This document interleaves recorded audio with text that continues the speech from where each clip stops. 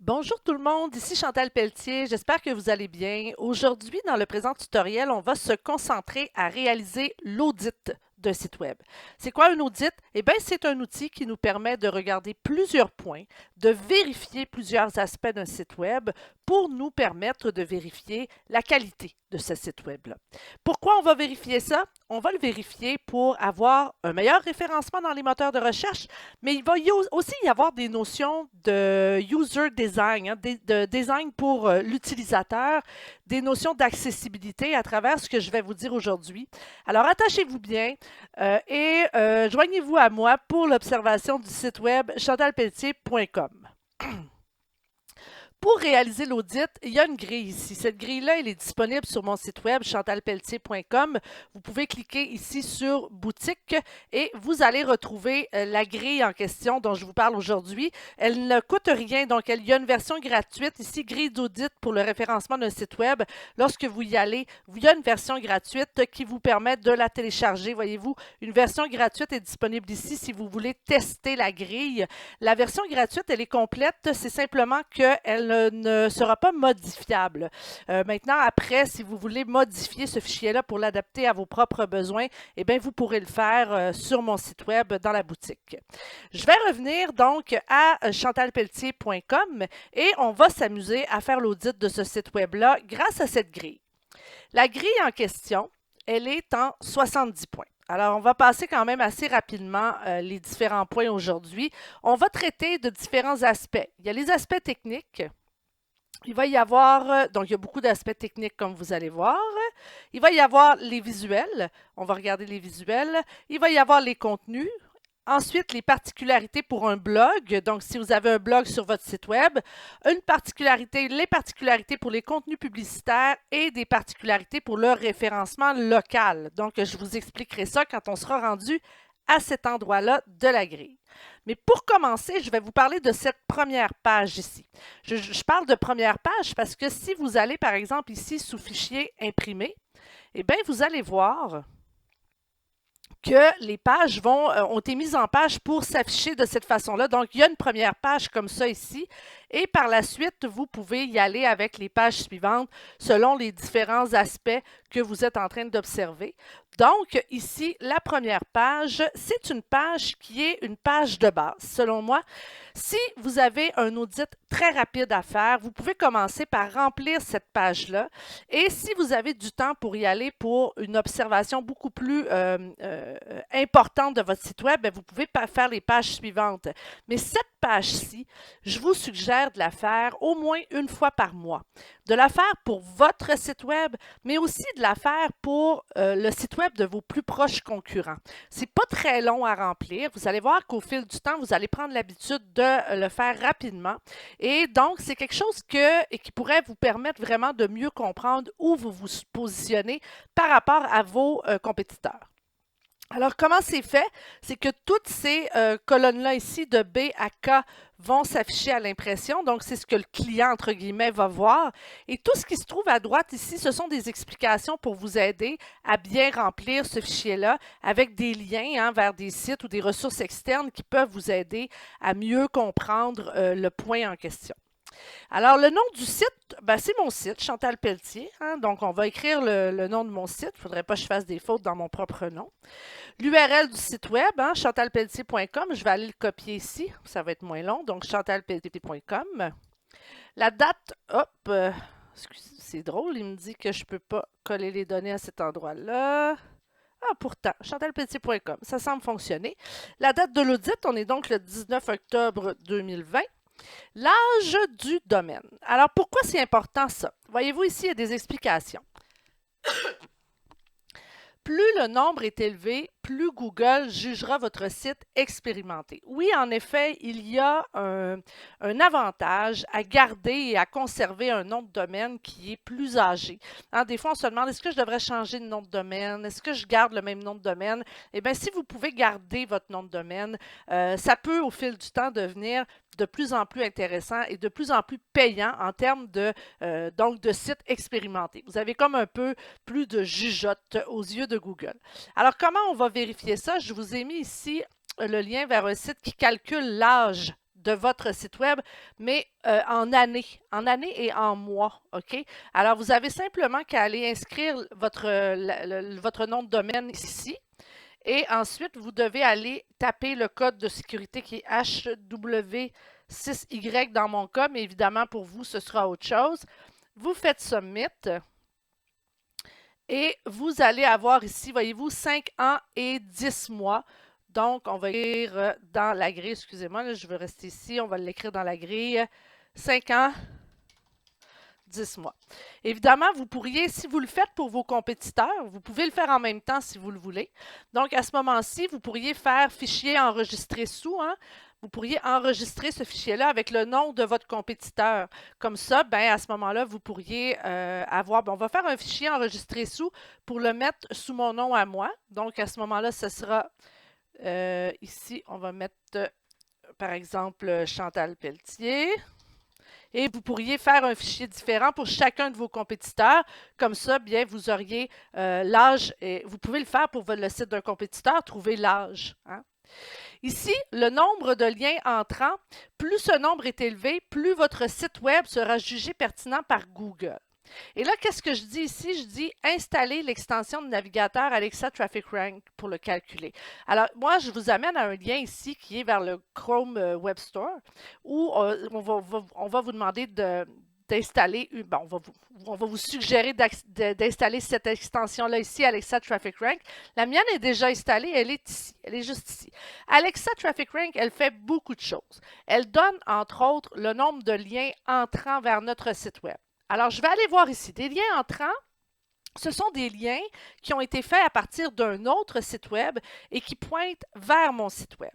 De façon générale, OK, là je dis de façon générale parce que Google ne considère pas tous les liens entrant vers un site comme étant des liens de qualité, mais de façon générale, plus vous allez avoir de liens entrant vers votre site web, meilleur sera votre référencement.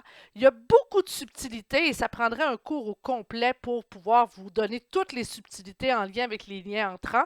Alors, si vous êtes intéressé par ça, allez faire une petite recherche dans Google sur des articles qui datent de moins d'1 an là, pour voir liens entrants ou en anglais, ça s'appelle backlinks et référencement pour avoir toute la littérature à ce sujet-là. Mais on peut vérifier le nombre de liens qui pointent vers un site web avec Alexa. Alors, qu'est-ce que je fais? Je clique sur Alexa. Et qu'est-ce qu'on me dit? On me dit ici que j'ai 42 liens qui entrent vers mon site web. Évidemment, j'ai cette information-là parce que c'est mon site web, mais je l'aurais aussi si le site web de mes concurrents a été évalué par Alexa. Donc, il est possible que les sites ne soient pas tous évalués par Alexa parce que peut-être des fois ils sont trop jeunes, mais le fait donc d'installer Alexa, d'aller voir des sites web, habituellement, ça réveille l'outil et quelques semaines plus tard, le site est bel et bien analysé par Alexa. Mais pour l'instant, donc, vous pouvez prendre ce chiffre-là. Si vous ne l'avez pas, bien, écoutez, vous mettez non disponible, ND, mais vous pouvez donc mettre le chiffre 42. Alors, qu'est-ce qui arrive avec ça? C'est que vous pouvez évidemment voir si vos concurrents ont plus ou moins de liens entrants que vous si vous faites cet audit-là sur votre site et sur celui de vos concurrents. Pourquoi c'est important? Parce qu'en référencement, ce qui est important de se rappeler, c'est qu'on doit être meilleur que nos concurrents. Hein? On ne doit pas être le meilleur au monde. On doit mettre l'énergie pour être meilleur que nos concurrents. Et je vous donne ici un outil qui vous permet de placer en un seul lieu de l'information qui permet de vous comparer avec vos concurrents. Alors, on me demande aussi quel est mon score Alexa. Le score Alexa, c'est l'estimation donc de la même extension que je viens de mettre, là, la société Alexa Internet Inc., sur la popularité d'un site web. Ici, on classe les sites. Hein, dans le monde entier, on dit le site qui est classé numéro 1, c'est le site le plus populaire au monde et ça s'en va jusqu'à plusieurs millions de sites évalués là, par Alexa. Alors, évidemment, plus ce chiffre-là est bas et meilleur on se porte, plus on est content. Alors, moi, mon score global dans le monde, c'est 332 842, ce que je trouve très honorable. Et au Canada, je suis 13 720e. je vais quand même vous suggérer de vous baser sur le site mondial parce que le trafic au Canada n'est pas toujours évalué pour vos concurrents. Donc, à ce moment-là, vous n'aurez pas de base comparative. Alors, je vous suggère de prendre celui-ci qui est le chiffre le plus souvent transmis par Alexa. Donc, 332 842. On va donc écrire ici 332 842. Alors là, ici, voyez-vous, en date du 19 octobre, j'étais le 332 millième site le plus populaire au monde. Ce qui est quand même super. Je suis bien contente de ça. Le score WooRank, ça, c'est une autre extension. Le score WooRank, c'est une estimation d'une autre société. Il s'appelle WooRank, des bonnes pratiques utilisées sur votre site web en matière de SEO. Là, ils vont donner une note sur 100. Alors ici, on recherche la note la plus haute possible. Ça, WooRank, il va regarder un paquet de petits éléments dans votre site pour, disons qu'il va automatiser un audit. Hein. Nous, ici, on va les reprendre ici, un par un, en dessous, on va les regarder. Mais WooRank, lui, il va le faire automatiquement. Moi, je considère que ça peut donner une bonne idée. Hein. Ça donne une note globale qu'on peut essayer d'améliorer au fil du temps, puis on peut voir si nos compétiteurs ont un score WooRank plus bas ou plus fort que le nôtre. Mais moi, je considère quand même qu'avant, lorsqu'on commence à travailler avec un site web, si c'est le site de notre organisation, on se doit quand même d'aller faire une évaluation un peu plus poussée, au moins une fois dans notre vie professionnelle pour notre site web. Alors, le score WooRank, alors, je vous le donne en 1000, il faut installer une extension pour ça aussi. Cette extension-là, c'est WooRank, c'est donc celle-ci, OK? Donc, la première en haut, et elle va s'installer comme la petite goutte bleue ici sur le côté. Je vais donc retourner dans mon site web et on va regarder, en cliquant sur l'extension, quelle note WooRank donne à mon site. 75, c'est correct, je suis quand même contente. Il y a des choses à améliorer, il y a des petites erreurs. On est toujours un peu cordonnier mal chaussé, hein? Même dans son propre pays. Là, vous pourrez descendre au fur et à mesure pour regarder ce que WooRank vous dit. Mais ma note est quand même de 75. Je suis quand même assez contente de ça. Alors, je vais donc l'inscrire ici, 75%. Le score PageSpeed, ça, c'est la vitesse de votre site web. OK, donc plus ce nombre est élevé, plus votre site sera jugé de qualité par Google. Alors ça, c'est un des éléments de SEO qui est important, la vitesse d'un site web. Alors, qu'est-ce qu'on s'en va? On s'en va ici sur le site PageSpeed Insights et on va aller inscrire l'adresse. Donc, je vais copier ici l'adresse de notre site web et on va l'analyser. Ça, c'est vraiment l'outil de Google. Il va analyser la vitesse de notre site selon qu'on soit sur un ordinateur ou sur un appareil mobile. Et Google a, parmi ses critères pour présenter les sites web en première position ou en dernière position, il va vraiment se baser sur la vitesse d'affichage. Alors moi, mon problème, c'est sur mobile. J'ai des petits problèmes en ce moment sur mobile. Et sur l'ordinateur, ça va bien. J'ai 91. Donc, à l'ordinateur, ça va vraiment très bien. Mon site est très, très bien optimisé en termes de vitesse, mais pas sur mobile. Sur mobile, j'ai encore du travail à faire. Ça aussi, évidemment, je pourrais donner des cours complets sur comment optimiser son site web, améliorer la vitesse d'un site web. Bien, la première des choses, c'est d'optimiser les images. On va le voir, mais vous allez voir que dans ma grille d'observation en bas, il y a plusieurs éléments qui vont vous permettre d'optimiser la vitesse. Donc, j'en reparlerai tout à l'heure un peu plus loin dans mon tutoriel. J'ai donc 51 pour mobile et 91 pour l'ordinateur, ce qui est quand même assez acceptable.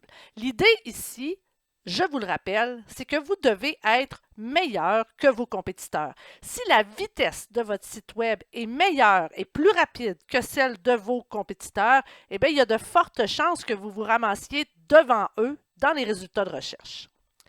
Maintenant, on va parler mots-clés. Il y a donc des gens qui font des recherches dans Google avec des mots ou des expressions clés. Et ces gens-là, lorsqu'ils cherchent ces mots-là, vont trouver ou ne trouveront pas votre site web. Il y a des mots qui sont importants pour nous. Par exemple, moi, j'aimerais ça que les gens me trouvent lorsqu'ils cherchent Chantal Pelletier. J'aimerais vraiment ça qu'ils trouvent mon site web. Mais il y a d'autres mots comme ça. Par exemple, j'aimerais ça que les gens me trouvent avec le mot « conférence en communication numérique ». Hein?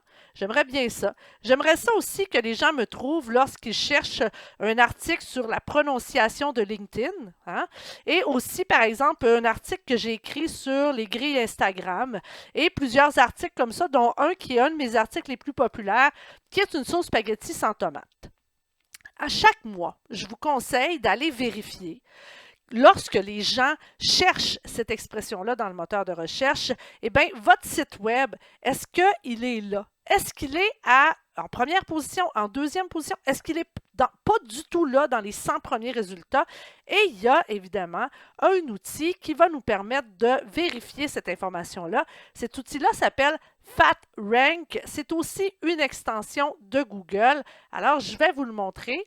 FatRank, c'est une extension qu'on ajoute encore une fois à Google. Le mien est déjà installé et il apparaît ici comme ça. C'est un petit chat ou un petit diable là, ou quelque chose comme ça qui nous permet de faire une vérification.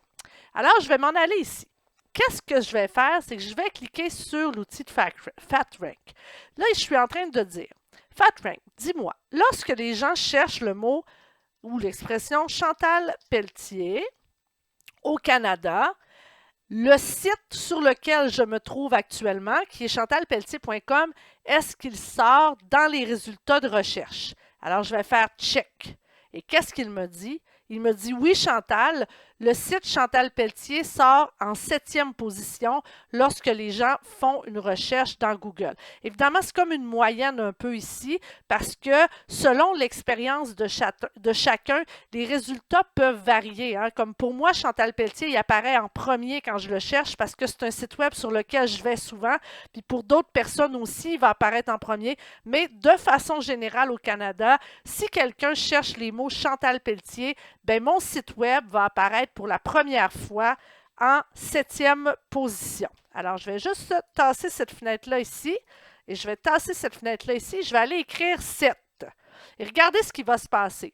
Il va me mettre un vert. Le fichier Excel va automatiquement me dire, écoute, ça va bien, tu es dans les 10 premiers. Maintenant, si je cherche conférence en communication numérique, évidemment, là, si j'étais en train de faire une vérification avec mes concurrents, eh bien, le premier mot-clé, Chantal Pelletier, il n'est pas intéressant pour faire de la compétition avec mes concurrents, c'est mon nom. Tu sais, si mon concurrent s'appelle, je dis n'importe quoi, là, France d'amour, ben, quand bien même qu'elle ne sort pas sur Chantal Pelletier, c'est normal. Hein? Et elle, il faut qu'elle sorte sur France d'amour. Peut-être, par contre, que je pourrais faire une vérification avec son nom à elle pour vérifier à quelle position son site web apparaît lorsque c'est son nom qui est utilisé.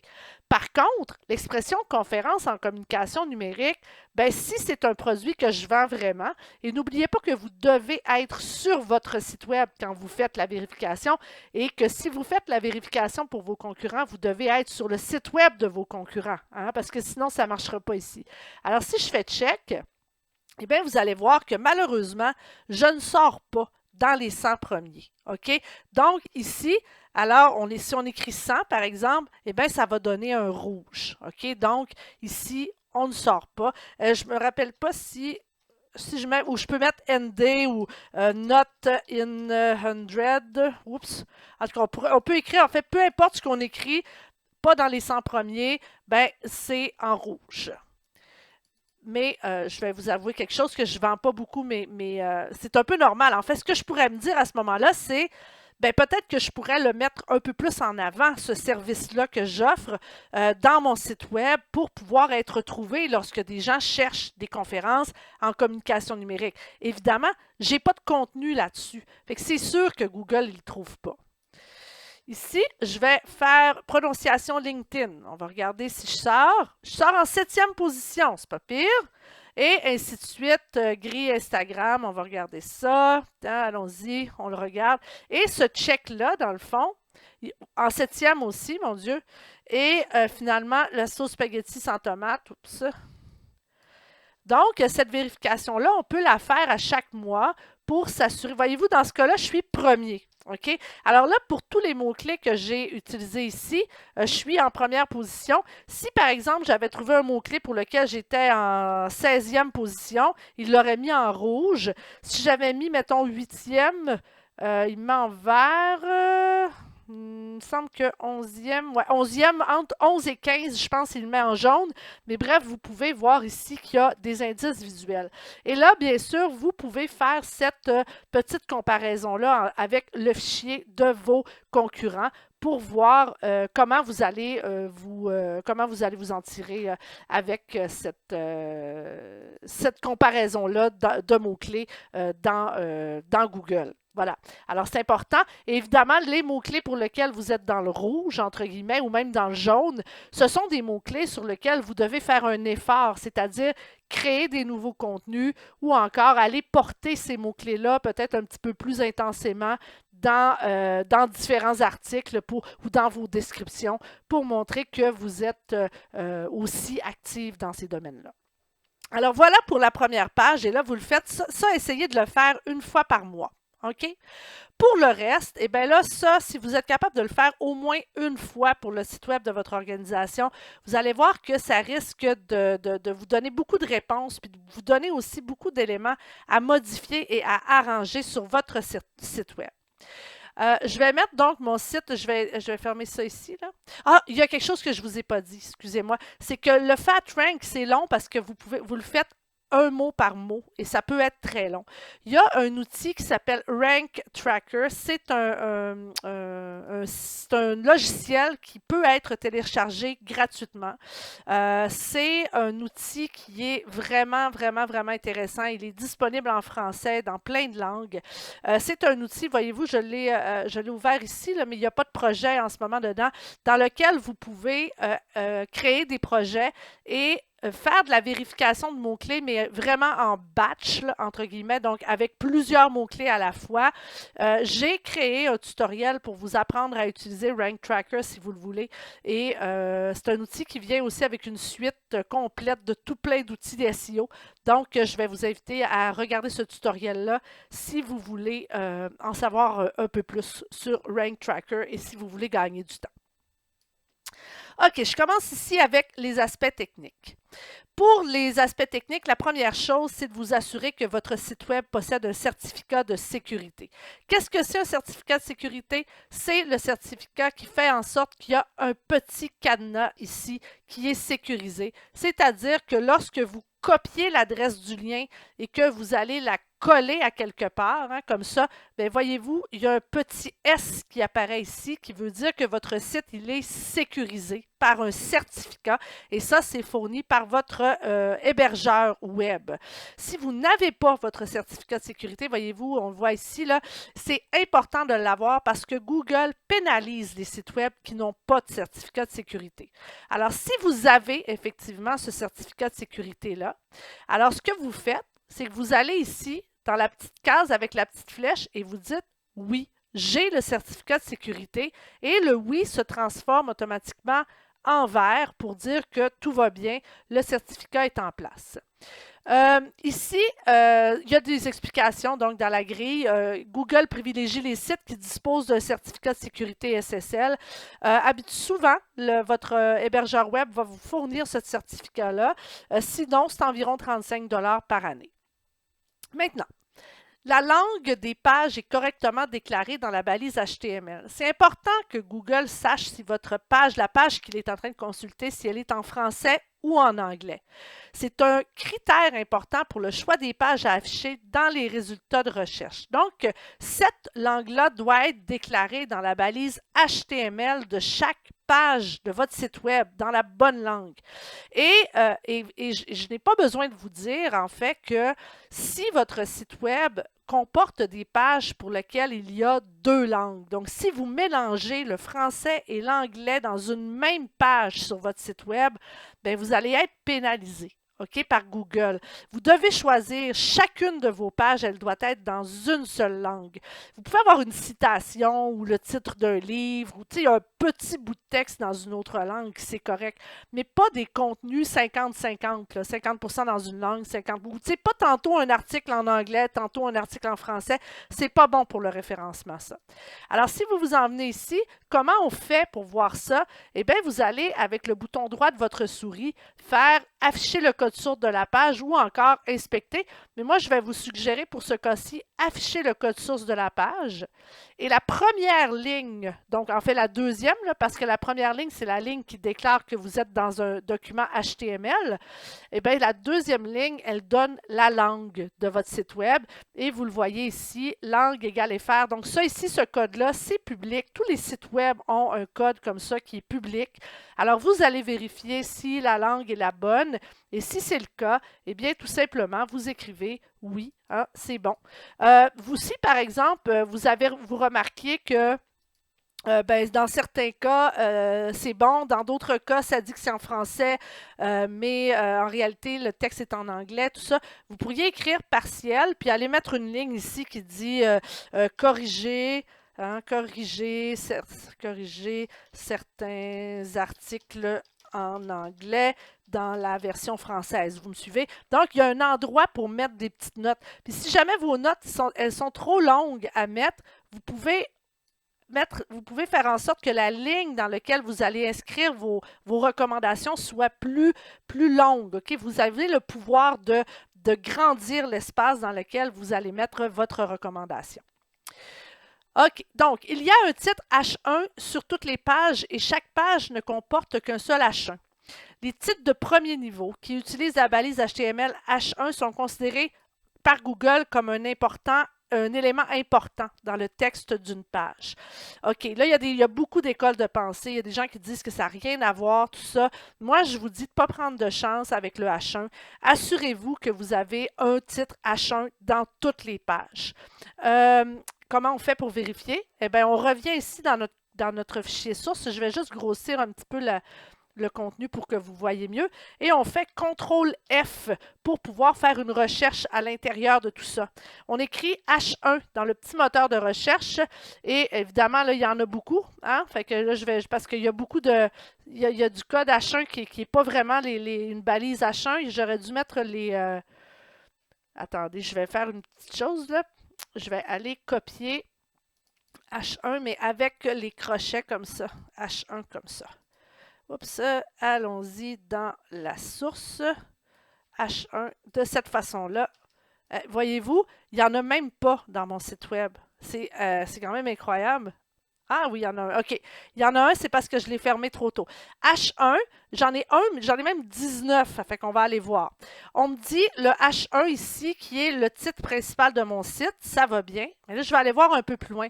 Voyez-vous, dans le thème que j'utilise, qui est un thème assez vieux, il me met des H1 pour tous les titres des articles dans mes pages. Alors ça ici, c'est pas bon. Hein? Donc ça, c'est quelque chose que je devrais améliorer sur mon site web. Alors, qu'est-ce que je vais faire? Je vais venir ici dans mon H1. Je vais dire non. En fait, c'est partiel. C'est partiel parce qu'il y a plus. Il y a plus qu'un H1 sur chaque page. Il faut changer le thème à ce moment-là. Changer le thème ou encore changer le thème ou modifier le code PHP de mon thème WordPress, OK? Pour faire en sorte que ce ne soit pas des H1. Donc, ici, il y aurait une modification avec un programmeur à faire dans mon site web. Moi, je ne pourrais pas le faire moi-même parce que c'est de la programmation qu'on doit faire. Les différents niveaux de titres H1, H2, H3 sont dans le bon ordre hiérarchique. Ça ici, il est préférable de bien respecter la hiérarchie des niveaux de titres dans des pages. Ça, c'est pour l'accessibilité. Ce qu'on doit comprendre, c'est que les personnes qui ont des problèmes de vision vont parfois, même souvent, utiliser des logiciels pour lire nos pages. Et ces logiciels-là vont vraiment se fier sur la structure de nos pages. C'est-à-dire que si, par exemple, je vais retourner ici, si, par exemple, je suis dans un article de ma page, je vais m'en aller dans ici, Google AdGrants, ce guide complet pour les OBNL. Donc, il y a plusieurs sous-titres dans cette page-là. Alors, ça ici, en principe, c'est supposé d'être le H1. Et par la suite, ça ici, ça devrait être un H2. Hein? Et un autre H2, parce que c'est un autre titre de document, soit des H3 et des H4 et ainsi de suite. Alors, évidemment, ça ici, encore une fois, CTRL-U, hein, pour aller voir le code. Hein, je vais revenir ici, là. C'est CTRL-U, afficher le code source de la page, c'est CTRL-U. Et on devrait chercher à ce moment-là, hein, si je suis ici, je sais que c'est un H1. Donc, Google AdGrants, le guide complet pour les OBNL. Je vais m'en venir ici. CTRL F pour faire une recherche. Alors, qu'est-ce que ça me dit? J'ai le titre de ma page. Et ici, Google AdGrants, le guide complet pour les OBNL. Ça semble être un lien. Oh là là, ça commence à être mêlé. C'est un lien ici aussi. Un titre. Ouais, OK. Donc, j'ai un titre. Je l'ai même. Vois-tu, le titre de ma page, il n'est même pas en H1. J'ai vraiment un problème de H1 ici. Attendez que je vais descendre ici ma table des matières pour voir. Table des matières. On va aller regarder si elle est en... On voit... Mais oui, mais c'est supposé d'être là pourtant. C'est drôle, ça. On dirait que j'ai pas le code source de ma page. Pour en finir avec le massacre, vie aventure. Alors ici, on a le début de mon texte qui est effectivement un H1. Donc ça va bien. Ah, c'est parce qu'il y a des accents. Il y a des codes HTML au travers, c'est pour ça que je ne le trouvais pas. Puis matière ici, il doit être mis en format avec des codes HTML comme ça. Donc Google AdGrants, il est en H1. Alors si je descends, ma table des matières, elle est en H2, ça c'est bien. Et tous les autres éléments vont aussi être en H2. Si vous n'avez pas envie d'aller jouer dans le code, bien, vous pouvez tout simplement aller voir les articles, aller voir comment les gens qui ont créé le site web, comment ils ont conçu les articles. Et vous allez rapidement voir ce qui est un H2, un H3, etc. Mais ça, il y a de l'observation à faire. Là, je vais vite parce qu'on a beaucoup de points à regarder, mais il y a de l'observation à faire. Dans ce cas-ci, ça semble être correct. Donc, les trucs, les niveaux de titre semblent avoir bien été respectés et c'est ce qu'il faut faire. OK? Donc, un H1. Donc, ça ici, c'est un H1 par défaut. Et par la suite, lorsqu'on descend, attendez que je regarde. Retour à la table des matières, inscription, les niveaux de titres. Et vous allez pouvoir constater comment les titres ont été conçus. Retour à la table des matières. Ah, ici, c'est un H2. Voyez-vous, ils ont été mis dans du code HTML. Donc, on le voit bien que ce sont des H2 ici, des H2 pour l'ensemble des titres. Il faut évidemment prendre le temps de bien regarder tout ça. Un lien vers la page d'accueil est présent sur toutes les pages. Si vous avez créé votre site dans WordPress de façon générale, attendez que je ferme ça ici. Et on va retourner dans Chantal Pelletier. Donc, le lien sur le logo, normalement, serait le lien vers une page d'accueil s'il y a un logo qui traîne à quelque part. Mais sinon, le lien doit être présent dans la navigation si jamais, mais on doit retrouver. On doit pouvoir retourner à la page d'accueil, peu importe la page sur laquelle on se trouve. C'est aussi une question d'accessibilité. C'est pour aider les gens à mieux se retrouver dans votre site web. Attendez. Donc, ici, c'est sûr que oui, il y en a un dans ce site web-là. C'est un élément qui va aussi faciliter l'indexation de votre site web. C'est-à-dire que Google va pouvoir rapidement ou plus facilement se promener à l'intérieur de votre site pour l'indexer. Évidemment, s'il y avait quoi que ce soit que vous voulez noter, vous avez toujours l'espace pour chacun des éléments pour faire des petites notes. Le menu, donc, la navigation, est toujours présente et toujours cohérente d'une page à l'autre, sauf sur les pages de destination des publicités. Qu'est-ce qu'on entend par là? On entend par là qu'on veut que le site web soit cohérent. C'est-à-dire qu'on ne veut pas que lorsqu'on saute d'une section à l'autre de notre site web, tout d'un coup, on ne veut pas que ça change. On veut que les choses restent pareilles. On veut que la personne puisse dire « Ah oui, donc c'est bien, je reviens ici ». Si je m'en vais sur ma boutique ici, je vais vous montrer ce qu'on ne veut pas. Alors là, quand j'arrive dans la boutique, je tombe dans une autre interface. La navigation, elle n'est pas là. Là, ça, pour être très franche avec vous, c'est parce que je n'ai pas encore eu le temps d'intégrer la boutique à mon site web. J'ai fait ça assez rapidement, puis honnêtement, je ne suis pas fière de ça, mais il ne faut pas ça. OK? Donc, en principe, la boutique devrait répondre au même visuel que mon site ici, ou sinon, j'aurais dû la faire ouvrir dans un nouvel onglet pour montrer que c'est un autre site web. Alors, dans ce cas-ci, eh bien, la réponse à ça, c'est non. Le menu n'est pas toujours présent et pas toujours cohérent d'une page à l'autre. En fait, c'est partiel. Oui, pour l'ensemble du site, mais pas pour la boutique. À corriger. Hein? Donc, si c'est jaune, c'est nécessairement, ça veut dire que c'est à corriger. Les libellés de la navigation permettent d'identifier facilement le contenu des pages auxquelles elles permettent d'accéder. Ça ici, évidemment, on parle d'un site web qui est destiné à se faire trouver. Hein. On veut que les gens trouvent notre site web parce qu'on veut qu'ils achètent notre produit, qu'ils achètent nos services. Si vous êtes un site d'humour et que vous faites exprès de mettre n'importe quoi là pour faire rire, vous avez le droit, c'est correct. Là. Il n'y a personne qui va vous taper sur les doigts. Mais si vous avez un site web pour lequel vous voulez gagner de l'argent. Hein? Donc, ce n'est pas un site d'un influenceur pour rire ou pour avoir du plaisir. C'est vraiment un site pour que les gens vous trouvent. Eh bien, assurez-vous donc d'avoir des bons libellés clairs.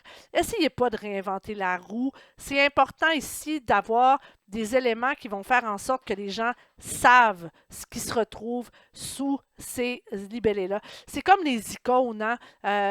On le dit souvent, il y en a, vous savez, les restaurants qui essaient de réinventer l'icône pour mettre sur les toilettes des hommes, les toilettes des femmes, puis que là, on arrive comme utilisateur devant les portes des toilettes, puis on ne sait jamais hein, quelle porte prendre parce que c'est un petit peu trop créatif, je dirais, comme approche. Ben, soyez pas ces restaurants-là sur vos sites web. Soyez clairs, vous ne voulez pas que les gens hésitent. Chaque hésitation, c'est un client qui s'éloigne de poser l'action que vous voulez le voir faire sur votre site web. Donc, des libellés clairs pour vos menus. Moi, je pense que dans mon cas, c'est assez clair. J'ai fait attention à ça. Donc, on va dire oui. Le nombre de rubriques ou de catégories est bien choisi.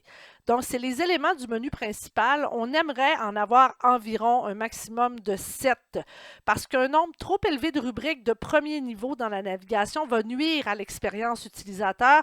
Les gens ont trop de choix. Ça devient comme ça surcharge leur capacité cognitive à trouver l'information dont ils ont besoin. Alors, dans mon cas, il y en a exactement 7, incluant la page d'accueil. Alors, c'est beau de ce côté-là. Il n'y a pas de problème. On va y aller pour c'est bon. Il n'y a aucune page en construction. Pour comprendre ce point-là, il faut savoir que Google veut présenter aux personnes qui vont le visiter des sites web de qualité. Donc, si un internaute cherche, par exemple, Babillard des Arts, puis que votre site web propose une page qui s'appelle exactement Babillard des Arts, bien, Google va probablement la présenter dans ses résultats de recherche. Mais si votre page Babillard des Arts, elle est en construction, et que là, la personne, elle a cliqué, est arrivée dans votre Babillard des Arts, mais il n'y a rien dedans. C'est en construction. Vous faites juste dire, revenez nous voir bientôt. Bien, la personne, elle va partir de votre page web rapidement. Et ça démontre à Google, moins les gens restent longtemps sur votre site web avant de revenir dans Google, plus Google pense que votre site web n'est pas bon. Il est de moins bonne qualité. Donc, des pages en construction, ça peut finir par vous pénaliser dans l'indexation et dans le référencement. Alors, il n'y a aucune page en construction, c'est beau. Il y a un moteur de recherche sur le site. La présence d'un moteur de recherche est importante pour l'expérience utilisateur. Il faut savoir que ce n'est pas tout le monde qui navigue de la même façon sur un site web. Moi, j'ai tendance personnellement à naviguer beaucoup par le menu, la navigation. Il y a des gens qui font juste se promener comme ça sur les sites, ils s'en vont en bas, puis ils se promènent un peu n'importe comment. Et il y a des gens qui préfèrent les moteurs de recherche. Donc, il faut s'assurer d'avoir le moteur de recherche, puis que ce moteur de recherche-là, ben, il présente des résultats pertinents. Alors moi, c'est correct sur mon site. Il y a un moteur de recherche. Alors, on va y aller pour oui. L'exactitude des résultats de recherche, donc, excusez-moi, le moteur de recherche, les résultats sont pertinents. Donc, non seulement il y a un moteur de recherche, mais les résultats sont pertinents. Un fil d'Ariane est présent. L'internaute a des repères visuels pour situer son parcours. C'est encore un élément qui a trait à l'expérience utilisateur. Le fil d'Ariane, qu'est-ce que c'est? Attendez, je ne suis même pas sûre que je l'ai sur mon site web. C'est le petit fil, attendez, si j'arrive ici, que je fais mes 24 bonnes actions. Non, je ne l'ai pas sur mon site web parce que mon site ne va pas très creux. Moi, j'ai jugé que c'était pas pour moi important de le mettre parce qu'il n'y a pas plusieurs niveaux.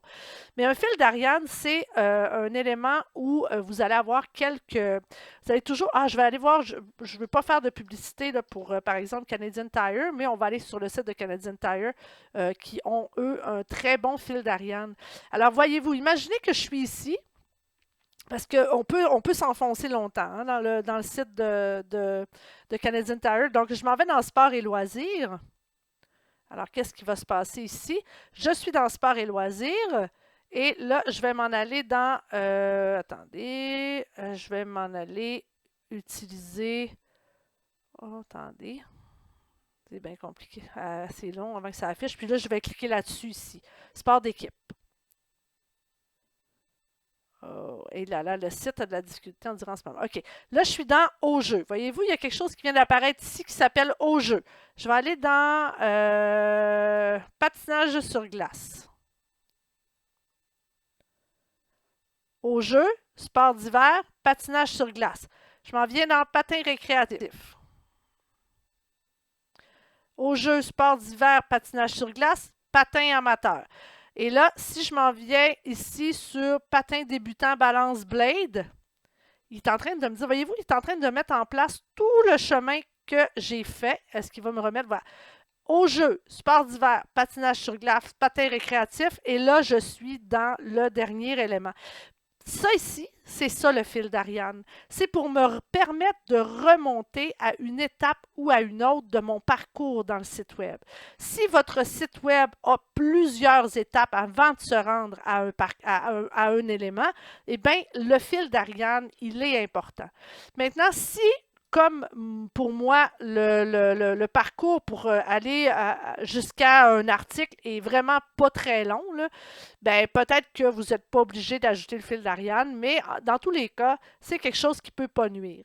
Alors moi, il n'y a pas de fil d'Ariane. Alors je vais écrire non.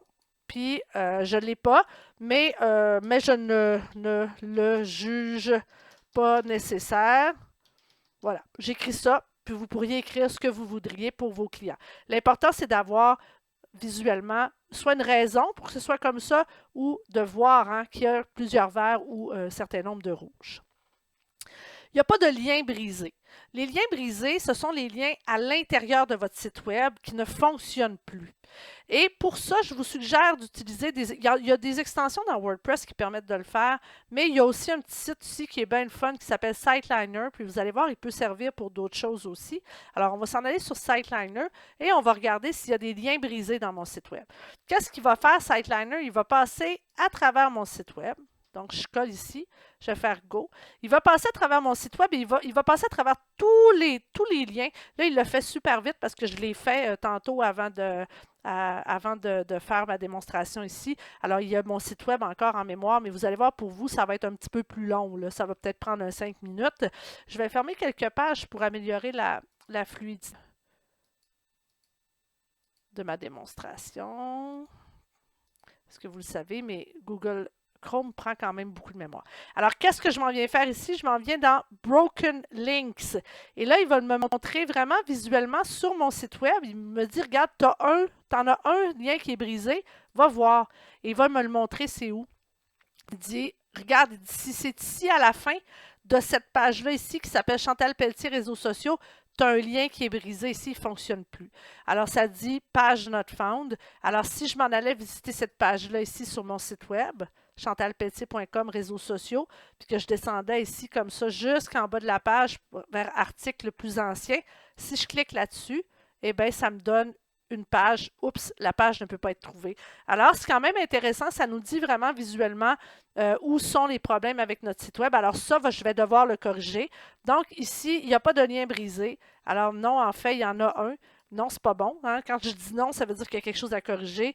Corriger le lien en bas. Bon, là, vous mettez les détails, etc., le lien pour pouvoir faire cette correction-là.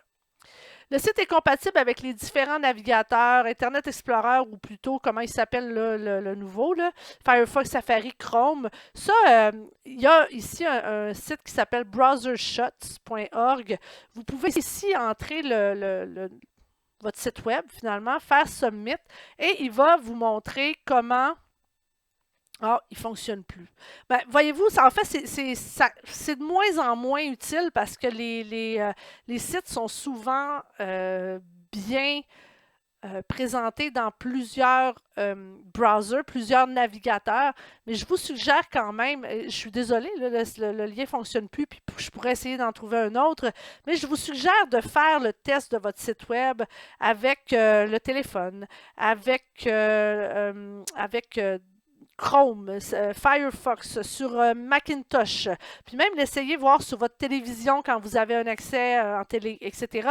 Donc, faites ces tests-là pour voir si tout sort bien, s'il n'y a pas des éléments importants qui disparaissent sur certains navigateurs. Alors là, ici, je vais écrire, pour l'instant, je vais écrire « ne s'applique pas » parce que je ne suis pas capable de le vérifier, mais ce serait quelque chose peut-être qui pourrait être intéressant à faire. Les sons et vidéos sont déclenchés par l'utilisateur. La qualité de la vidéo s'adapte à la personne qui visionne. C'est-à-dire que ici, ce qu'on cherche à savoir, c'est ce qu'on ne veut pas, en fait, hein, d'arriver sur un site web, puis que quand la personne elle arrive, il y a de la musique qui démarre. Hein, ça, là, c'est très, très agressant, où il y a une vidéo avec du son qui démarre. Ça peut devenir très agressant. Hein. Ça vous est tous déjà arrivé d'être comme « Ah, mon Dieu, c'est quoi ça? » Là, vous avez l'impression que vous dérangez tout votre lieu de travail avec une musique qui est partie à tue-tête. Alors ça, on ne fait pas ça. Une vidéo qui démarre toute seule comme ça en démonstration, c'est correct, mais on essaie de limiter les sons, donc de laisser la personne choisir de oui ou non ouvrir le son qui est associé à la vidéo. Maintenant, on va préférer aussi utiliser des vidéos qui sont intégrées avec YouTube, à moins vraiment là, que vous ayez que le cœur de votre site web, ça soit la présentation de vidéos, puis que vous voulez avoir une qualité exceptionnelle. En utilisant YouTube pour intégrer vos vidéos à l'intérieur de votre site web, eh bien, ça va faire en sorte que la vidéo va s'adapter automatiquement à la qualité, à la vitesse de connexion de la personne qui est en train de visionner votre site web. Donc, ça peut améliorer son expérience sur votre site web. Dans mon cas, les sons et les vidéos sont déclenchés par l'utilisateur et la qualité de la vidéo provient de YouTube. Donc, oui, elle s'adapte à la personne qui visionne. L'URL de chaque page est simple, courte et significative. Une URL, hein, c'est le permalien, hein, c'est ce qu'on retrouve ici en haut. Eh bien, si je m'en vais, par exemple, dans réseaux sociaux ici, et que je m'en vais sur analyse des médias sociaux, tableau de bord gratuit, bien, voyez-vous, chantalpelletier.com, réseaux sociaux, analyse médias sociaux stats, bien, c'est simple, c'est significatif. Il n'y a pas ici de mots qui ne veulent rien dire. Il n'y a pas de chiffres, il n'y a pas d'expressions qui sont là pour rien. Chaque URL est conçue de façon à ce que ce soit bien clair. Et si je donnais ce lien à quelqu'un, ben, la personne aurait une bonne idée déjà de ce qui se retrouve derrière ce lien-là. Alors oui, hein, c'est un élément qui est important et qui est... donc ici, on dit le plus courte possible tout en gardant le sens. Elles ne doivent pas inclure d'accent, de caractères spéciaux ni de soulignés. Le seul caractère autorisé dans une URL, c'est le tiret. Hein? Parce que si jamais vous utilisez le souligné, Google ne comprend pas qu'il s'agit de la séparation de deux mots. Il va voir votre URL comme un mot entier. Par contre, le tiret, donc celui-là ici, lui est compris comme une séparation de mots. Donc, c'est vraiment à utiliser plutôt que le souligné, là, qui est le tiret par en dessous. Donc, on continue. Si le site présente des contenus dupliqués, ils sont nécessaires et accompagnés de la balise rel égale canonical. Ça, c'est vraiment une grosse partie théorique que je ne peux pas vous donner ici parce que c'est très, très technique. Okay? Mais il faut savoir que si dans votre site web, il y a plusieurs pages qui présentent les mêmes contenus, eh bien, il pourrait y arriver que Google vous pénalise, pas parce que vous avez du contenu dupliqué, mais plutôt parce qu'il ne sait pas quelle page présenter pour répondre à la demande de la personne qui a fait sa recherche.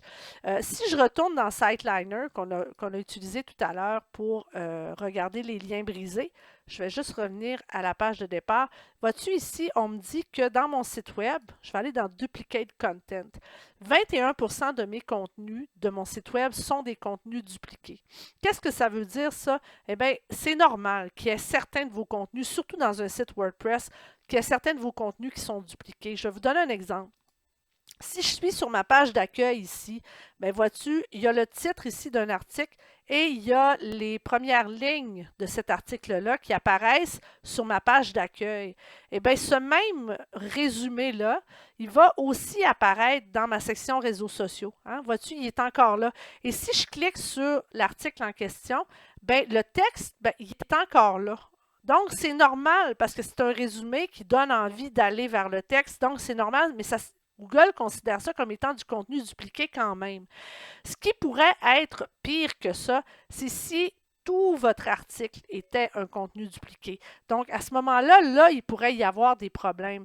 Mais si vous avez des contenus dupliqués comme ceux que je viens de vous montrer ici, il n'y a pas de problème. Vous allez voir que ça ne pénalisera pas le référencement de votre site web.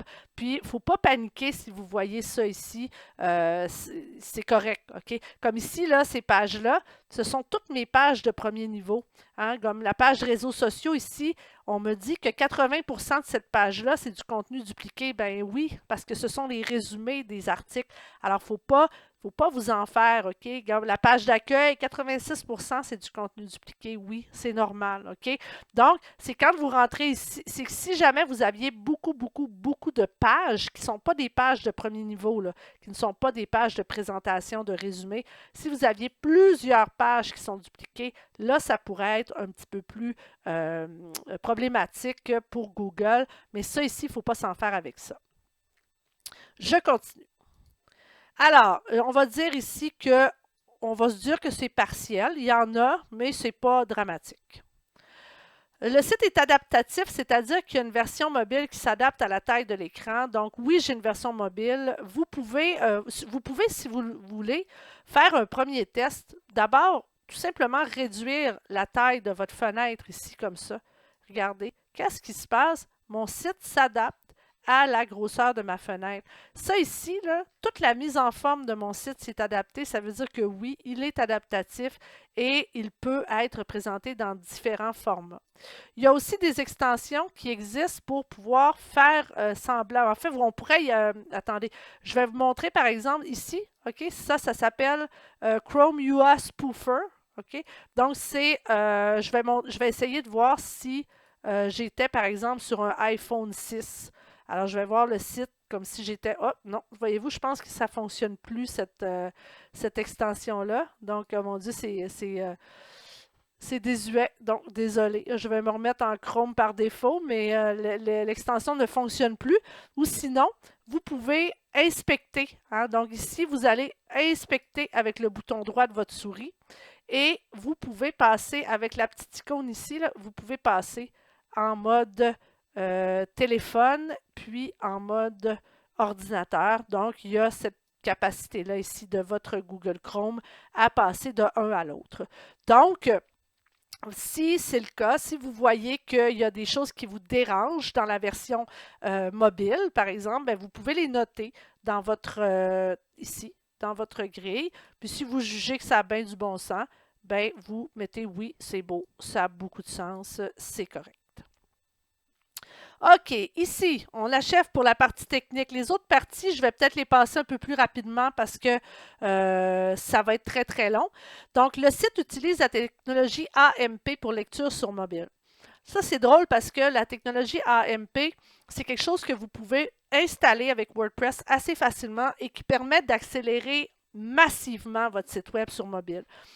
Moi, le fait que mon site web soit aussi lent, hein, vous vous rappelez, j'ai 51 sur mobile, c'est que mon extension qui me permet de gérer le AMP, eh bien, je l'ai désinstallée parce qu'il y avait un problème. Et mon site est vraiment redevenu beaucoup plus lent à cause de ça. Donc, l'AMP, c'est l'acronyme de Accelerated Mobile Pages ou accélérateur de pages sur mobile. C'est un format de fichier qui permet vraiment d'accélérer l'affichage d'une page web. Et je vais vous inviter à lire l'article que j'ai mis ici pour en savoir plus. Donc, si vous voulez l'installer, à vous de le faire. Dans mon cas, ce n'est pas fait et je pourrais écrire, par exemple, réinstaller l'extension AMP. Elle s'appelle AMP. Donc, si vous voulez chercher une extension pour vous amuser avec ça, regardez pour AMP. Des balises structurées sont ajoutées pour un meilleur affichage dans Google. Des données structurées, ce sont des codes qui sont ajoutés pour vraiment donner au moteur de recherche des instructions supplémentaires. Par exemple, si je suis dans Google, OK, et que je cherche, je vais regarder sauce spaghetti sans tomate. J'ai fait une faute, mais c'est pas grave. Vois-tu, je sors en premier, puis non seulement je sors, mais il y a même une image qui est tirée ici, là, la première dans le contenu, les contenus de démo là, de Google. Donc, ici, c'est pas par hasard, c'est parce que j'ai ajouté des balises schéma dans mon code. Et ça, c'est super important parce que sinon, les images, elles n'apparaîtront pas. Sinon, le temps de cuisson n'apparaîtra pas. Donc, voyez-vous, je sors à côté de Ricardo. Je suis quand même assez fière de ça. Ça, pour le faire, il faut installer une extension dans WordPress. Alors, voici, je vous ai donné deux liens. Il y a un lien vers le site officiel de schéma.org et un tutoriel sur comment installer les balises schéma dans WordPress. Je vous invite à regarder ça. C'est moi qui l'ai fait, le tutoriel. Et ça fait vraiment en sorte que vos articles, surtout ceux pour lesquels il y a un visuel important, vont ressortir plus haut dans les résultats de recherche. Il y a une balise title différente, pertinente et d'une longueur adéquate sur chaque page et ou article. Donc, la balise title, c'est la balise qui va être créée par défaut. Si vous avez WordPress, automatiquement, c'est sûr que cette balise-là, vous allez écrire oui parce que WordPress va choisir la balise que vous avez intégrée comme étant la H1 sur vos sites. Attendez, je vais fermer ceci. Je vais vous montrer. Si, par exemple, vous avez créé cet article-là ici, pour en finir avec le massacre du mot LinkedIn, mais par défaut, ça ici, c'est le premier H1, hein, c'est le premier titre de votre article, donc c'est un H1. Et bien, par défaut, Google va aussi, pas Google, pardon, WordPress va aussi faire en sorte que cette balise-là devient le title de votre site, de cette page-là. Le title, c'est ce qui apparaît ici, hein, pour en finir avec le massacre du mot LinkedIn.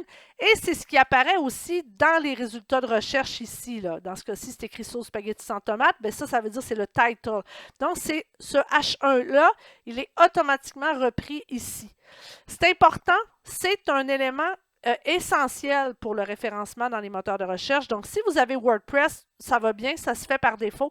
Si vous n'avez pas WordPress et que vous travaillez dans un site web à la mitaine, entre guillemets, eh bien, il ne faut jamais oublier d'aller modifier son title. Je vais faire CTRL-U pour vous le montrer. Là. Alors, le title, voyez-vous, il est ici. C'est toujours une des premières balises de la page. Il est ici, title, pour en finir avec le massacre du mot LinkedIn. Il est suivi habituellement par une métadescription. La métadescription, c'est la deuxième balise super importante qui doit être unique dans chacune de vos pages et qui décrit succinctement ce qu'on retrouve dans cet article-là. Et la métadescription va elle aussi se retrouver ici dans les résultats de recherche de Google. Donc, pas toujours, mais habituellement, c'est ce que Google choisit pour présenter ses résultats de recherche. Donc, la balise title et la balise méta description sont deux balises extrêmement importantes qui devraient se retrouver sur chaque page de votre site web, chaque article de votre site web. Et ces deux éléments-là devraient être uniques pour chaque page, chaque site, chaque article. Donc, si vous avez des pages ou des articles qui portent le même nom ou le même titre, vous devez les changer. Dans mon cas, tout va bien ici de ce côté. Présence de liens vers vos médias sociaux, c'est important de créer des liens. Suivez-moi aussi pour que les gens puissent vous trouver là où vous voulez qu'ils vous trouvent. Donc, ça crée vraiment un meilleur maillage entre vos différents outils. Alors, on va dire oui. Le site facilite le partage dans les réseaux sociaux. Ça ici, c'est des liens pour accéder à vos réseaux sociaux. Mais on veut aussi que vous puissiez permettre aux gens de partager vos contenus dans leurs réseaux sociaux à eux. Alors, par exemple, on aime avoir des boutons en bas ici qui permettent aux gens de partager dans Facebook, dans LinkedIn, dans Twitter, de partager des articles. Donc, quand ils cliquent sur ce bouton-là, par exemple, eh bien, l'article va être partagé sur leur page Facebook ou dans leur compte Twitter, etc. OK? Donc, ça c'est très intéressant et c'est quelque chose qui peut aider à faire à ce que votre site web soit plus visible. La favicon. La favicon, c'est quoi la favicon? C'est cette petite icône-là ici que vous avez en haut. Cette petite icône qui apparaît, on voit celle de Google, on voit celle de Sideliner ici. Ça nous permet de repérer facilement le site, de l'onglet. Donc, de retourner rapidement vers le bon site web. Et c'est également le favori quand on a une barre de favoris. Je vais vous montrer la mienne rapidement ici.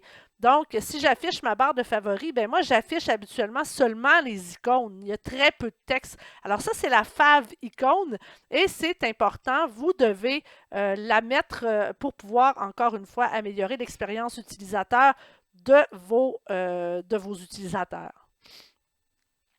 Le site possède une page d'erreur 404 personnalisée. Bon, ça veut dire que si j'arrivais ici et que je me trompais il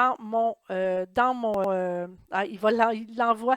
On dirait qu'il ne veut pas faire d'erreur. Je vais faire TTT. Comme ça ici, et on me dit, je ne peux pas avoir trouvé, on n'a pas trouvé la page. Donc, ça arrive sur une page qui fait quand même partie de mon site web, mais on dit, oups, la page ne peut pas être trouvée. Mais l'important, c'est que votre page d'erreur, elle fasse partie de votre site web. Ça ne soit pas comme tout d'un coup, on se ramasse devant une page blanche, puis c'est écrit erreur 404. Non, non, on est resté dans mon site web. C'est juste que la page ne peut pas être trouvée. Lorsque vous avez WordPress, cette page-là, elle se crée par défaut lorsque vous installez le système. Mais si vous n'avez pas WordPress, ben là, vous devez créer une page d'erreur 404. Donc, dans mon cas, on va dire que c'est oui. Le site possède un fichier sitemap. Ce dernier a été soumis à Google via la Search Console.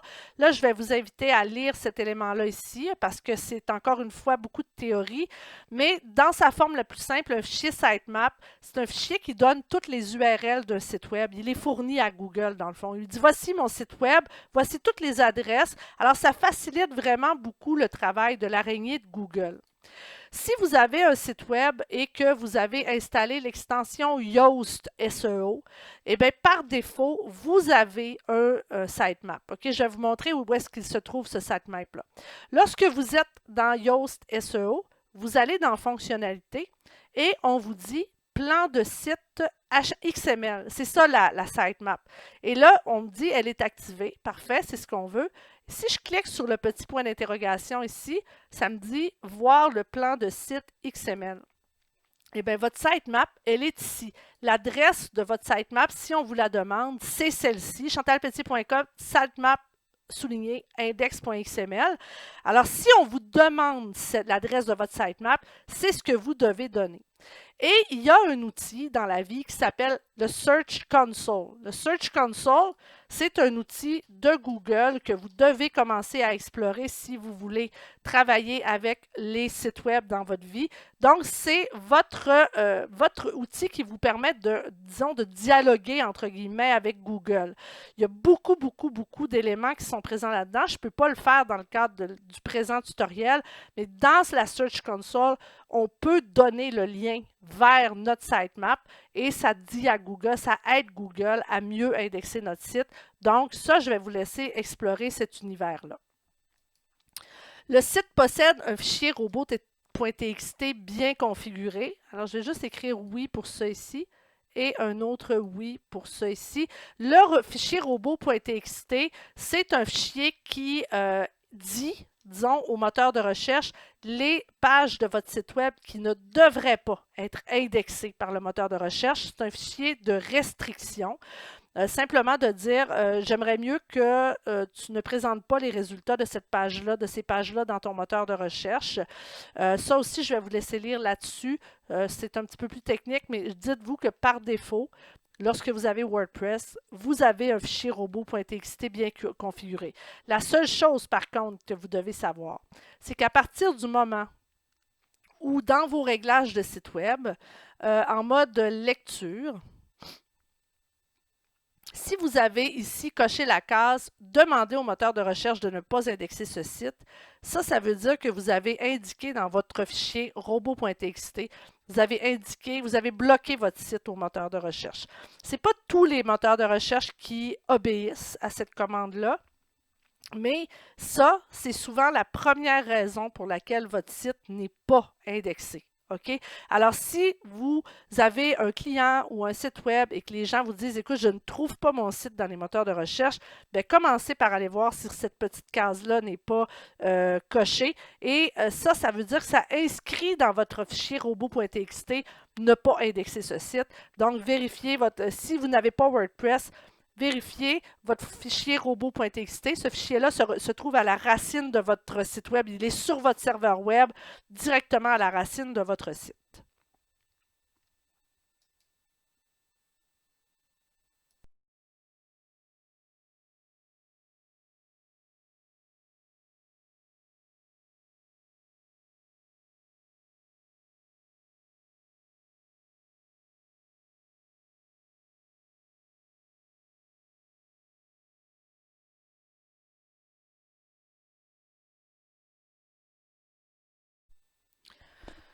Bon, allons-y avec le visuel maintenant. On a quelques points pour le visuel qui sont importants. Premièrement, vous allez faire une première évaluation un peu plus subjective. Le site est agréable à l'œil. Un site agréable à l'œil est important pour l'expérience utilisateur et pour la rétention des utilisateurs. Le trouvez-vous beau, le site web? Ça ici, c'est très personnel. Moi, je vais dire que le mien, je le trouve correct, là. C'est très personnel, puis ça dépend aussi, vous pouvez vous baser sur l'image que l'entreprise veut projeter, etc. Donc, c'est important de se poser la question. Est-ce que le premier coup d'œil, le titre, est attirant? Les images insérées dans les pages sont cohérentes avec le texte. Est-ce que les images ont rapport? L'utilisateur ne doit jamais se demander s'il est sur le bon site, la bonne page. Fait que si, par exemple, vous êtes un consultant je ne sais pas moi, vous êtes un consultant en dentisterie, puis que vous arrivez sur le site de ça, puis qu'on voit des chiens, bien, ça se peut que ce soit un peu difficile à comprendre pour l'utilisateur. Alors, assurez-vous que le visuel de votre site soit pertinent par rapport au contenu et aux activités qu'il y a sur votre site. Ici, c'est plus technique. Les contrastes entre la couleur et le texte, entre la couleur des textes et du fond est suffisant. Ça, c'est très important pour l'expérience utilisateur, pour le design. Plus de 10% de la population masculine est daltonienne dans le monde, c'est affectée par une perception des couleurs déficiente. Il y a plusieurs formes de cécité, mais c'est difficile pour certaines personnes de voir ce qui se passe sur votre site web. Ici, j'ai un lien qui vous amène à un site où vous pouvez vraiment tester vos contrastes. Donc, quand vous arrivez d'abord, il y a des chartes de couleurs qui pourraient vous être proposées et vous pouvez tester différentes couleurs avec... Bref, je vais vous laisser faire le tour de ce site web-là, vérifier tout ça, mais très intéressant et assurez-vous que vos contrastes sont suffisants. Dans mon cas, on va dire oui. Les liens ressortent bien par rapport au reste du texte. Ça veut dire que, ça c'est important aussi, là, par exemple, vous êtes dans un article ici, et, non, je vais aller sur le site directement et non pas dans dans le tableau de bord. Je vais aller ici, je sais qu'il y a plusieurs liens ici. Voyez-vous, vous le voyez, mes liens sont rouges. Hein? Vois-tu? Mes liens sont rouges. On le voit qu'il y a des liens ici. C'est important ça. Si vos liens sont de la même couleur que votre texte, bien là, vous allez manquer les gens qui visitent votre site vont manquer plusieurs informations. Alors, c'est important d'avoir un contraste suffisant entre les liens et le reste de votre texte. Donc, on va dire oui. Le site est homogène d'une page à l'autre, il n'y a pas de rupture visuelle. Il y a des sites web dans lequel on tombe sur une page, puis là, la page d'après, on dirait qu'on vient de tomber dans un autre site web. L'homogénéité visuelle du site est essentielle pour l'expérience utilisateur. Encore une fois, ce dernier ne doit jamais se demander s'il est encore sur le site web ou s'il est sur le bon site. Le nom de chaque fichier image a été optimisé. Avant de déposer une image sur un serveur web, on doit s'assurer que son nom, c'est-à-dire le nom du fichier, soit explicite, qui contient des mots-clés importantes pour la page sur laquelle l'image va être déposée. On ne doit pas retrouver d'espace, d'accent, de caractères spéciaux, sauf le tiret, qui indique à Google la séparation de deux mots. Alors, je vais m'en retourner ici dans mon tableau de bord et on va aller ici dans la bibliothèque média qui contient l'ensemble des images de mon site web. Et c'est là qu'on va pouvoir voir, voyez-vous, si je mets ça comme ça ici en ordre, dessin enfant 2 ans monstre, audit SEO grille exemple, tableau barre statistique icône, adgrams examen 06 05 04, etc. Adgram info facturation, inscription, etc. Donc, ce sont tous des mots-clés et ce sont des éléments extrêmement importants parce que ça peut faire en sorte que votre site web, il est mieux référencé lorsque vous faites des recherches par image, par exemple. Hein, alors, si je fais, par exemple, Ad Grants Guide Facturation, je ne sais pas, je vais écrire ça comme ça, là. Oups, j'ai mis un A. Je ne sais pas si mes images vont sortir ou pas. Je n'ai jamais fait le test, là, je le fais.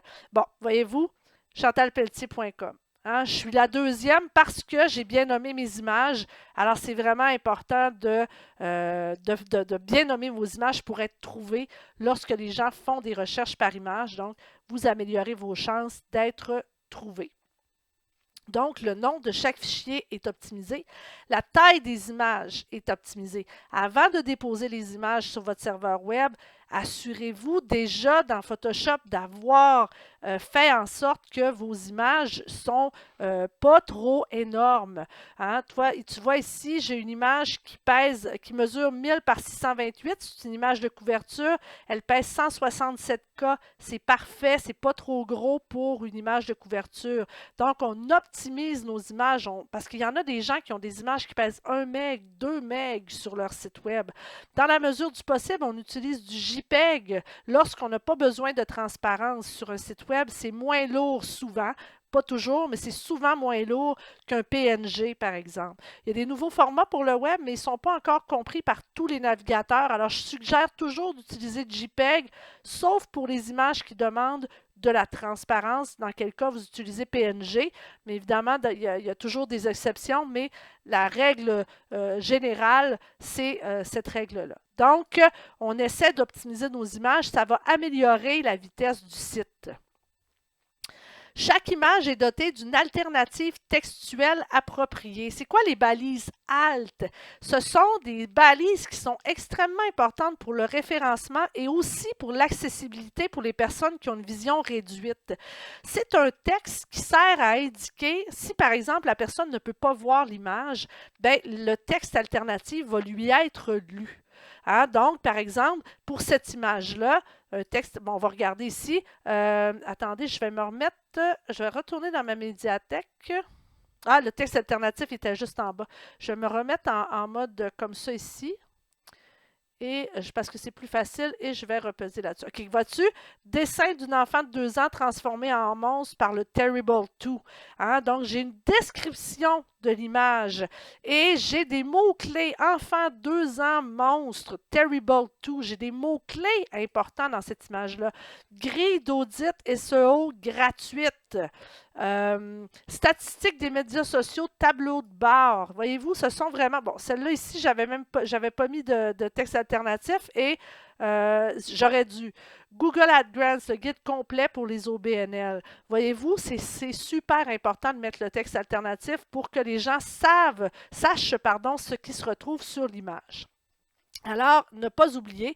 Alors, moi, je vais donc mettre ici partiel. Quelques images, blablabla. Hein? On met le... Quelques images ont encore besoin. Donc, on a fait ici les visuels. On est rendu au contenu. Pour les contenus, L'auteur, la société ou l'organisation est rapidement identifiable. Google ne peut supporter les sites anonymes. On veut qu'il y ait un endroit sur votre site où on est capable de vous écrire, de vous joindre, de savoir qui vous êtes, de vous donner un nom. Donc, une section pour me joindre, pour nous joindre, contactez-nous, peu importe comment vous l'appelez. Alliez un courriel à quelque part, un formulaire de contact, un nom, des liens vers vos autres réseaux sociaux, un numéro de téléphone si vous le pouvez, une adresse si vous le pouvez. Donc, c'est vraiment important pour Google, pour votre autorité, hein, pour savoir qui vous êtes, pour pouvoir vous faire confiance. Alors, c'est oui. Il y a une section à propos ou encore à mon sujet, qui sommes-nous, notre entreprise, ou peu importe comment vous l'appelez. C'est une section qui décrit ce que vous faites, votre mission, ce que vous êtes dans la vie, pour que Google, et c'est ici quand je parle d'autorité, que Google puisse comprendre vous êtes bon dans quoi? À propos de quel type de mots-clés? C'est quoi votre champ lexical? C'est quoi? Dans quoi vous êtes bon? Et c'est vraiment important. Les 2 pages à propos, donc à propos et pour me joindre sont extrêmement importantes pour Google pour comprendre l'authenticité, la transparence et l'autorité d'un site web, dans quoi vous êtes bon, de quoi vous allez nous parler. OK? Super important. Alors, on va dire oui. Chaque page du site présente un seul sujet pertinent avec l'objectif du site tel que déclaré dans la section à propos. Les contenus démontrent une expertise dans le sujet abordé. Donc, ce que vous avez dit que vous étiez dans la section à propos, vous devez le montrer avec des contenus appropriés. La qualité des contenus est un aspect important. Le contenu doit être unique et instructif et il doit y avoir un seul sujet par page ou par article. Donc, essayez vraiment de couvrir un sujet par article. C'est mon cas. La section contact, il y a une section contact ou pour nous joindre, excusez où je suis rendue, et on peut facilement entrer en contact avec les responsables. Donc, ça revenait un peu ici à C1. Donc, on va dire oui. C'est répété. Il y a la mise à jour du site, du contenu est régulière. Essayez de vous demander, régulière, bon, c'est sûr que faut se demander, tu sais, pour moi, régulière, en ce qui me concerne, moi, là, ça pourrait être une fois par mois. Ça, je pourrais trouver que c'est régulier. Là, en ce moment, c'est assez déficient. J'ai vraiment pas mis mon site à jour. On va dire que c'est partiel. J'ai mis 2-3 articles à jour, mais j'ai pas de rédigé de nouveaux contenus. Pas de nouveaux contenu depuis, puis là, il faudrait que je trouve la date, hein? Donc on l'écrit, mais vous pouvez aussi vous comparer avec vos concurrents pour savoir ce que ça veut dire régulier. Si vos concurrents ont des nouveaux articles à tous les jours, ben, puis que vous publiez une fois par mois, c'est pas assez, hein? Donc, il faut toujours se comparer à nos concurrents et se dire, est-ce que je suis meilleur qu'eux? Hein? C'est vraiment ça, là, la visée. Les contenus sont datés. C'est important d'avoir un contenu, pas dans l'URL, hein. Ça, c'est important, pas dans le permalien, parce que le permalien, là, attendez, je vais m'en aller ici dans les réseaux sociaux, je vais vous donner un exemple. Ce site-là, celui-ci, analyse des médias sociaux, tableau de bord gratuit, voyez-vous, c'est écrit 27 août 2020, OK?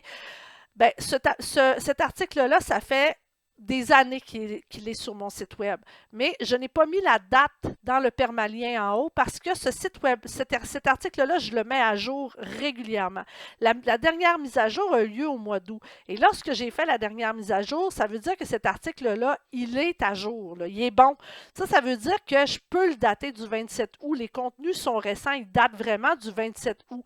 Si j'avais laissé la date d'origine de, je pense que c'est 2017 ou 2018, ben les gens auraient dit, il ne vaut rien son tableau de bord s'il date de, c'est 2018, l'image en témoigne, il ne vaut rien son tableau de bord s'il date de 2018, ça fait bien trop longtemps. Alors, c'est important ici d'avoir une date pour votre article, okay, que vous pouvez modifier dans WordPress aussi, mais pas dans le permalien, parce que le permalien, lui, doit toujours afficher le lien de l'article tel qu'il a été créé. Sinon, vous allez être obligé de faire des redirections. Supposons que vous aviez mis ici 2018 0405, par exemple, et là, avec ça, bien ça veut dire que cet article-là, il a été écrit en 2018. Fait qu'avant même d'arriver à l'article, les gens vont avoir un malaise à cliquer. Ils vont dire, ben non, ça n'a pas de bon sens, son article il date de 2018, même si je l'ai mis à jour au mois d'août. Alors, c'est bien important de mettre la date de l'article dans l'article, mais pas dans l'URL, juste au cas où vous feriez une mise à jour de vos articles. Puis en passant, c'est permis de mettre à jour nos articles. Souvent, là, on n'a pas le temps d'écrire des nouveaux textes.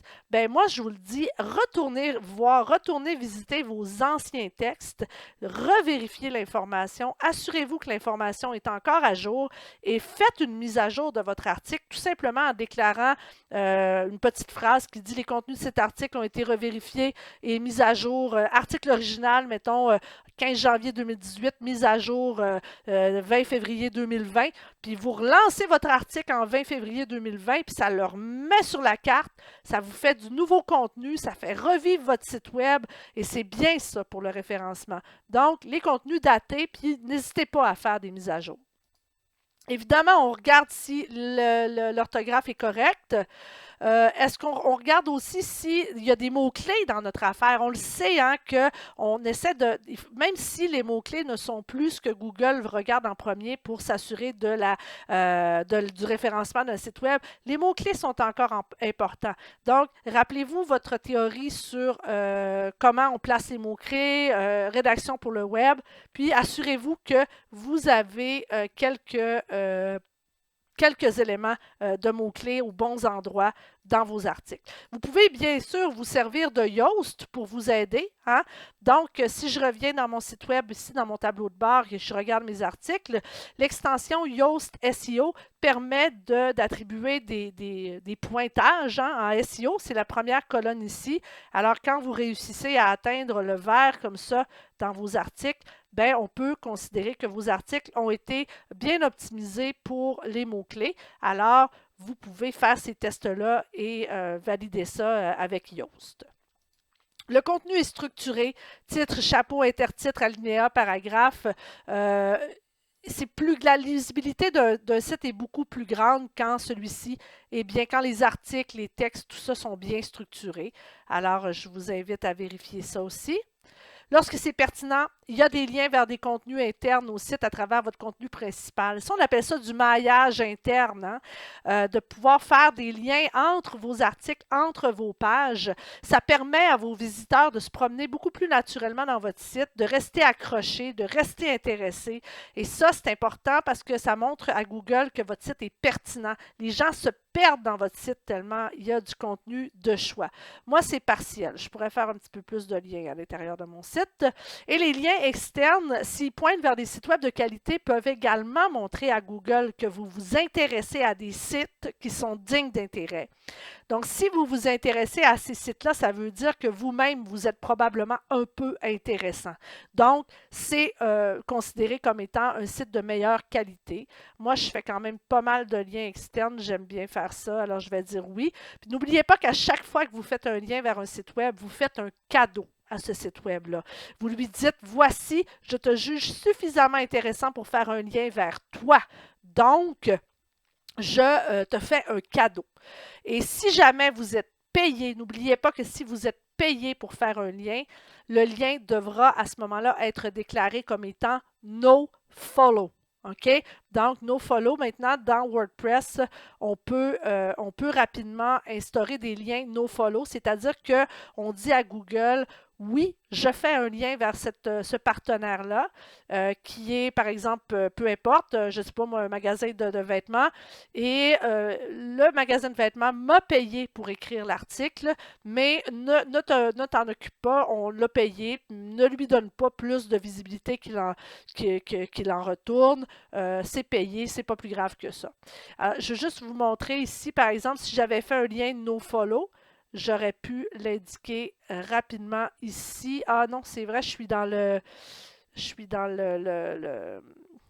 l'interface classique de WordPress, mais avec l'interface, la nouvelle interface, on peut rapidement, attendez que je regarde ici, on peut rapidement faire un lien, bon, enfin, nofollow. Mais ça, c'est une toute autre histoire. Je ne veux pas m'attarder là-dessus, mais il faut ajouter un attribut nofollow pour dire à Google, oui, c'est un lien payé, alors ne t'en préoccupe pas.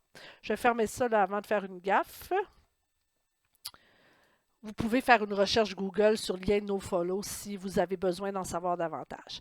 Lorsqu'on est dans un blog, on a presque terminé. Je sais que c'est un tutoriel qui est très long. S'il y a plusieurs auteurs dans un blog, par exemple, si vous êtes plusieurs auteurs à écrire un blog à plusieurs mains, c'est important d'écrire le nom de l'auteur qui a écrit l'article. Google aime voir le nom des auteurs des textes. Ça lui donne une impression de crédibilité.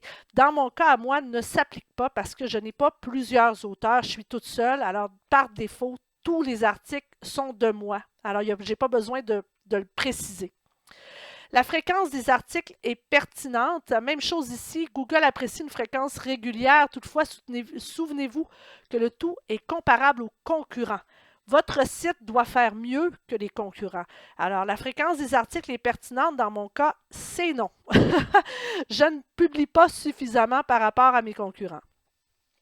Sur la page d'accueil, les accroches vers les articles sont courtes et accrocheuses et il y a la présence d'un lien en lire plus ou quelque chose du genre en savoir plus ou un petit plus. Alors, lorsqu'on s'en va sur ma page d'accueil, qu'est-ce qu'on voit? On voit des accroches comme ça vers mes articles.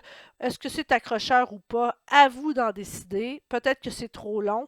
Alors, peut-être qu'il y a des petits correctifs à apporter ici pour que ça soit plus intéressant. Je vais écrire partiel et là, j'écrirai pourquoi je voudrais améliorer tout ça. Présence d'un bloc, article précédent, article suivant. Regardez, quand on est ici et qu'on s'en va en bas de la page, je peux laisser un commentaire, mais il n'y a pas... Oui, voici, sont là. Google AdGrants, le guide complet. Alors, je peux naviguer à l'intérieur de mes articles comme ça en cliquant sur les flèches qui sont en bas. Ce sont des configurations dans WordPress. Donc, dans mon cas, c'est donc oui. Présence d'articles similaires. Donc, le fait d'ajouter des liens vers des articles similaires permet de garder vos visiteurs intéressés. Moi, j'en ai pas et il faudrait que j'en mette parce que ça permet aux gens vraiment d'aller chercher des articles qui sont vraiment pertinents. Possibilité de consulter les archives facilement. Les archives, habituellement, on va les mettre en haut à droite ici. Ça va être là, il y a de la pub. Là. En passant, ça, c'est une des raisons pour lesquelles mon site web charge moins vite sur le mobile. C'est la publicité qui se charge. Ça prend beaucoup de temps, mais c'est un choix que j'ai fait. Je vais vous dire, on ne devient pas riche avec ces publicités-là. Donc, j'en étais à important de consulter les archives rapidement.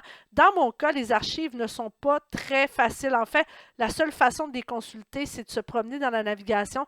Je pourrais ajouter les archives par mois facilement avec Google, avec WordPress, mais je ne l'ai pas fait. C'est un choix aussi pour un peu libérer visuellement mon site web. J'ai choisi de ne pas le faire, mais je pourrais les ajouter, mes archives, par mois, hein, disons octobre 2018, novembre, décembre, hein, ou encore les mettre par catégorie, mais par catégorie, je les ai déjà ici en haut. C'est un choix, je peux le laisser comme ça. Mais c'est un choix personnel que j'ai fait. OK. Pour les contenus publicitaires ou sponsorisés intégrés sur le site web sont identifiés comme tels. Je pense que c'est assez clair ici qu'on a accès à une publicité, mais en fait, non, pas tant. Hein. C'est-à-dire, oui, on voit bien là, que c'est une publicité, mais il n'est pas écrit publicité ou onglet de publicité. C'est peut-être quelque chose qu'il faudrait que je fasse juste, je vais dire partiel, parce que je ne sais pas trop quoi faire avec ça. Google pénalise les sites qui cachent ou qui déguisent les contenus publicitaires en faux contenus. Hein, quand il y a des articles qui sont écrits, puis qu'on voit clairement que ça a l'air d'être une publicité, mais que ça n'en est pas une, là, qu'on dirait que c'est un article de blog, mais tu dis, voyons, ça limite une publicité, article. Il faut que ce soit quand même clair que ce soit une publicité. Je pense que c'est quand même clair. Les pop-up ne perturbent pas la navigation. Écoutez, là, c'est dur parce qu'avec tous les règlements maintenant sur les cookies, il y a souvent des pop-up comme des fenêtres qui viennent se mettre par-dessus le site pour dire aux gens acceptez-vous les cookies. Ça, oui, c'est un pop-up qui perturbe la navigation, mais c'est comme un peu rendu la norme. Fait que ça, vous ne pouvez pas dire que cette fenêtre-là va être perturbante, mais c'est plus, tu sais, quand vous vous promenez, puis que là, tout d'un, tu sais, vous arrivez sur la page, puis là, il y a tout le temps une fenêtre qui ouvre pour vous dire, ah, participez à notre coupon rabais, participez à notre concours, abonnez-vous à notre infolette, blablabla, blablabla. Là, tu es tout le temps pris avec une fenêtre à fermer. Ça peut devenir dérangeant pour l'utilisateur. Moi, je suggère de ne pas en mettre. Moi, j'en ai pas sur mon site, mais il y a des gens qui, j'en ai pas, c'est-à-dire que c'est beau. Donc, il faut écrire oui à ce moment-là. Alors, il y a des gens qui ne jurent que par ça. Fait que ça dépend de l'approche marketing que vous voulez avoir, mais sachez que ça peut nuire à l'expérience utilisateur. Les contenus publicitaires respectent les normes de placement de Google. Regarde ici, là, quand tu t'inscris pour mettre de la publicité sur ton site web avec Google Display, qui est le format de publicité de Google. Moi, c'est avec Google là, que j'ai mis les publicités sur mon site web. Puis regardez, ils vous expliquent ce qu'ils attendent de vous. Donc, comment optimiser votre espace publicitaire. Alors, dans mon cas, je l'ai fait en suivant les règles de Google. Je termine avec le référencement local. Il va vous rester plein de points d'interrogation, hein, je vous le dis. Là, il va falloir lire parce que ça, c'est un résumé d'un paquet de notions en référencement. Puis je fais simplement toucher la pointe de l'iceberg. Hein. Mais en fait, ça peut vous donner une idée de tous les éléments qui existent en termes de référencement. Mais ce que vous ne savez pas, allez le googler. Okay? C'est important parce que vous allez pouvoir apprendre des millions de choses avec ça. Le référencement local, ça, c'est le référencement qui est destiné aux petites entreprises ou aux entreprises qui offrent un service à un endroit précis. Vous avez un magasin de fleurs ou une boutique de fleurs sur le plateau Mont-Royal. Vous avez une pizzeria à Longueuil. Vous avez un bureau d'assurance à Saint-Lambert. Vous avez une station de ski dans les Laurentides. Eh bien, vous avez un endroit. Vous voulez que les gens se déplacent vers votre lieu d'affaires. Alors, il y a des particularités. Premièrement, la page de contact inclut le nom complet, l'adresse et les Google Maps si possible et les numéros de téléphone cliquables sur mobile de chacune des localisations de l'organisation, si jamais vous en avez plusieurs, là, ou si vous avez plusieurs boutiques pour une même organisation, mais on veut le plus de coordonnées possible. Pour les organisations qui comptent moins de 10 localisations. Je fais toujours une faute. Localisation. Les adresses et numéros de téléphone sont listés dans le pied de page. Ça veut dire que si vous avez moins de 10 localisations, mettez les adresses ici, genre Saint-Lambert, telle affaire, Montréal, telle chose, Longueuil, telle chose, Chicoutimi, telle chose. OK? On met les adresses ici dans le pied de page. Les coordonnées sont indiquées de la même façon partout sur le site. Ça veut dire que si vous écrivez votre adresse ici et que c'est écrit 151 boulevard Taschereau, bien, si vous allez dans la page pour me joindre, vous allez écrire 151 boulevard Taschereau. Vous n'écrirez pas boule.tachereau.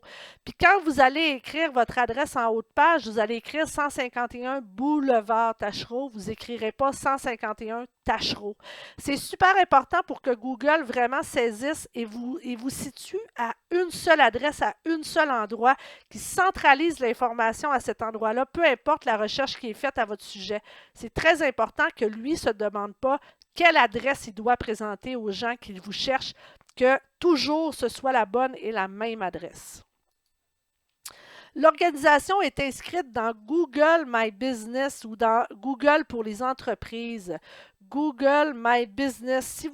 Si vous avez une entreprise qui a une adresse et que vous voulez la diffuser, excusez, je vais me mettre en tous et non pas dans les images, vous devez aller inscrire votre entreprise dans Google My Business.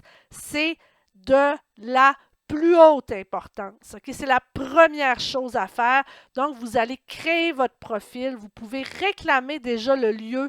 Si jamais votre lieu a été déjà créé par Google, parce que Google crée plein de lieux, là, bien, vous pouvez le revendiquer et vous pouvez vous-même, à ce moment-là, commencer à mettre de l'information. Ça veut dire que lorsque vous allez, par exemple, salon de coiffure Longueuil, Lorsque vous allez chercher un salon de coiffure, alors si je cherche ici, vous allez dans les résultats, si vous n'êtes pas dans Google My Business, vous ne pourrez pas apparaître ici, hein, dans les premiers qui sont là. Et si je clique, par exemple, sur les ateliers de la vente d'ici, bien là, il y a une fiche qui vient s'inscrire ici. Bien, cette fiche-là, à partir du moment où vous allez pouvoir avoir rempli votre fiche, vous allez avoir du contrôle sur l'information qui se trouve à l'intérieur de ça. Vous allez avoir des avis, vous allez avoir tout ça. Donc, c'est super important de le remplir. Moi, dans mon cas, j'en ai pas parce que j'en ai pas besoin. Les gens ne viennent pas chez moi. Il y a plusieurs avis de vrais consommateurs dans Google My Business. Donc, si jamais oui ici, est-ce que les gens ont laissé des avis? Est-ce que ce sont de vrais avis qui ont l'air crédibles? Les balises title, métadescription, on en a parlé tantôt de ça, incluent des mots-clés de localisation. Par exemple, le nom de la ville ou du quartier dans lequel vous faites affaire. Si vous êtes un salon de coiffure à Longueuil, on va aller voir ici, bien, eux, dans leur title, Holly et Eve, maison de coiffure, ils auraient dû écrire Longueuil. Ils auraient dû le mettre, mais ça ne les a pas empêchés d'être premiers quand même des résultats. Mais il faut vraiment mettre votre localisation. Tu vois, ici, ils sont sur Saint-Charles, puis ils ont juste une localisation. Ils auraient pu la mettre à Longueuil, ils auraient pu le mettre directement dans le titre et un peu partout, là, dans ces mots-clés-là de localisation, mettez-les un peu partout dans votre page, dans votre site web. Des images et des vidéos dont le HALT est optimisé avec des mots-clés locaux sont utilisés. Hein? Lorsque, par exemple, vous montrez ici le salon de coiffure, bien, cette image-là, si je m'en viens l'inspecter, le HALT de cette image-là, attendez que je le trouve. Regarde, vois-tu, le HALT, c'est Holly et Eve, maison de coiffure, mur à selfie. Holly et Eve, maison de coiffure à Longueuil, mur à selfie. Donc, mettez dans certains cas, quand on montre la boutique, quand on montre le salon, mettez la localisation. Pas dans toutes les images, parce que là, ça fait trop, mais dans le moment, quand on voit votre salon ou votre boutique, qu'on voit de la rue, mettez la localisation dans le HALT de votre image. Écoutez, ça fait le tour quand même. Là, on vient de voir 70 points. Ça a été quand même assez long. Je vous invite donc à télécharger ce document-là, à le remplir, à le faire au moins la première page pour vous et vos principaux concurrents et à le faire au complet au moins une fois lorsque vous prenez possession d'un site web ou encore lorsque vous créez un nouveau site web, de passer à travers tout ça pour vous assurer que vous n'avez rien oublié et vous allez voir que tous ces points-là vont vous permettre déjà d'assurer un meilleur référencement dans les moteurs de recherche. Pour ce qui concerne les mots-clés, choisissez les mots-clés sur lesquels vous aimeriez que les gens vous trouvent. Qu'est-ce que vous pensez que les gens rentrent dans les moteurs de recherche pour vous trouver? Et ensuite, testez à quelle position vous vous retrouvez lorsque les gens rentrent effectivement ces mots-clés-là. Et essayez de vous améliorer lorsque les mots-clés ne donnent pas les résultats escomptés, c'est-à-dire que lorsque les gens qui inscrivent ces mots-clés-là ne vous trouvent pas dans les 100 premiers résultats, bien, écrivez des nouveaux articles, améliorez vos contenus pour que vos mots-clés soient plus clairs, pour que ce soit plus... disons qu'on comprenne mieux ce que vous faites et comment vous pouvez aider les gens qui vous cherchent dans les moteurs de recherche. Voilà, j'espère que ça vous a éclairé. Puis, ben, bon audit!